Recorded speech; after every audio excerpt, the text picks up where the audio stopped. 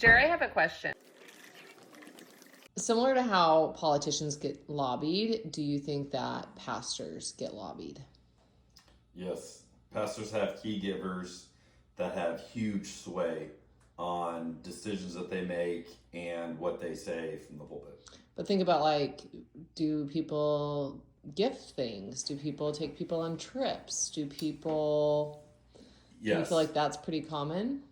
Yeah, and in politics there are rules of what you can and cannot accept. In churches there are no rules, so you can have generous, influential members that can definitely sway. And I can just tell you, when I was a lead pastor, there was very much a pressure. If you say this thing and then you disrupt this family, it was very clear, like, that family is a key giver and this is going to be bad. You need to meet with them, you need to appease them. So it's the same idea as lobbying, but people do it in churches under the umbrella of generosity. Where do you think that line is, though? Because, I mean, there were times where your income was not high and someone would give us, let us go stay at, a vacation rental.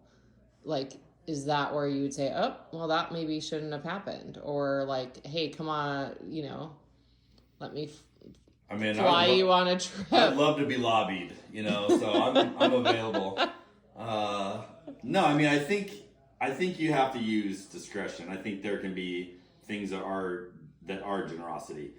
I think the challenge for the leader and for those around the leader is there any sense that a person's generosity is having an influence on the direction of the church?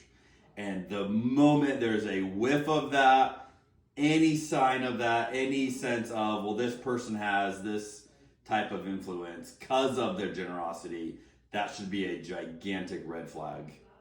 And for a leader, that's really hard if someone is whining and dining you and then expecting you to support certain causes. Or I remember I would like uncover things like kind of like weird partnerships and stuff from people that were in the church, and that stuff gets really funky to try to unravel.